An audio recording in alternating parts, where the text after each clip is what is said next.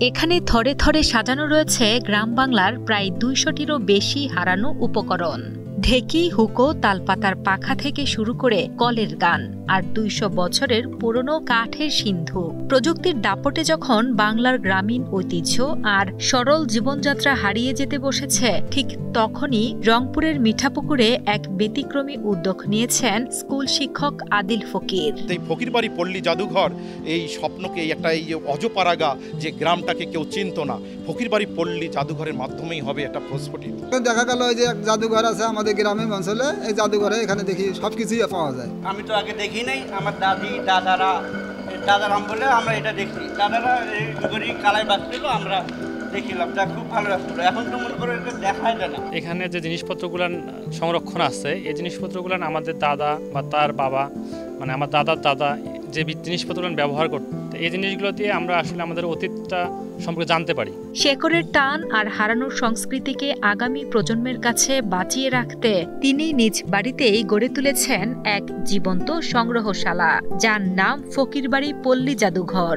এটি এখন শুধু একটি জাদুঘর নয়, বরং ফেলে আসা অতীতকে হারানোর এক প্রাণবন্ত পাঠশালায় পরিণত হয়েছে। ফকিরবাড়ি পল্লী জাদুঘরটিতে পা রাখলেই মনে হবে যেন সময়ের চাকা ঘুরে অতীতে ফিরে যাওয়া। আনুষ্ঠানিকভাবে উদ্বোধন না হলেও এই অমূল্য সংগ্রহ দেখতে প্রতিদিন দূর দূরান্ত থেকে ছুটে আসছেন উৎসুক দর্শনার্থীরা। অনেক জিনিস দেখেছি, তো এই জিনিসগুলো আজ থেকে ২০০ বছর আগেরও এখানে অনেক জিনিস এখানে সংরক্ষণ হয়েছে। ল্যাম্পো দেখছি, সাইকেল দেখছি, পাংখা দেখছি, মার্বেল দেখছি, টেকা দেখছি, সবই দেখছি। আমি এই জাদুঘরে প্রায় মাঝে মাঝে এখানে আসি। এখানকার বেশিরভাগ জিনিসে আমি এগুলোর সাথে পরিচিত না, এর মাধ্যমে আমি অতীতের ঐতিহ্য সংস্কৃতি সম্পর্কে জানতে পারি। একটা গ্রামে সেই স্মৃতির, সেই ২০০ বছরের দাদারা যারা ব্যবহার করত, সেগুলোকে স্মৃতি আঁকড়ে ধরে সাধারণ মানুষকে আজকে নতুন প্রজন্মকে দেখানোর উদ্দেশ্যে যে জাদুঘরটা তৈরি করছে, এটা নিঃসন্দেহে মহতি এবং প্রশংসনীয়। ব্যক্তিগত উদ্যোগে শুরু করলেও আদিল ফকিরের স্বপ্ন এখানেই থেমে নেই।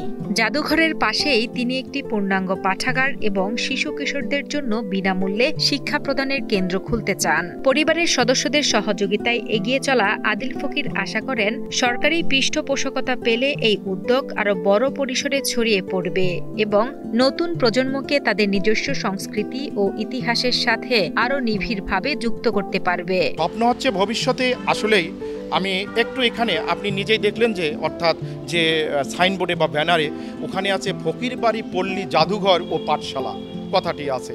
অর্থাৎ এই ফকিরবাড়ি পল্লী জাদুঘর এখানে কেন্দ্র করেই একটা সাইটে আমি ইতিমধ্যে কার্যক্রম শুরু করেছি, সেটি হচ্ছে একটি পাঠশালা ও পাঠাগারের কার্যক্রম। অর্থাৎ যে এই গ্রাম, এই পল্লীর নিভৃত পল্লীর যে এই অজপাড়া গায়ের যে সন্তানেরা আছে, তারা এখানে প্র্যাকটিক্যালি কিছু দেখবে, তারা চিনবে, বুঝতে পারবে অতীতে আমাদের বাবা দাদারা কি ব্যবহার করত।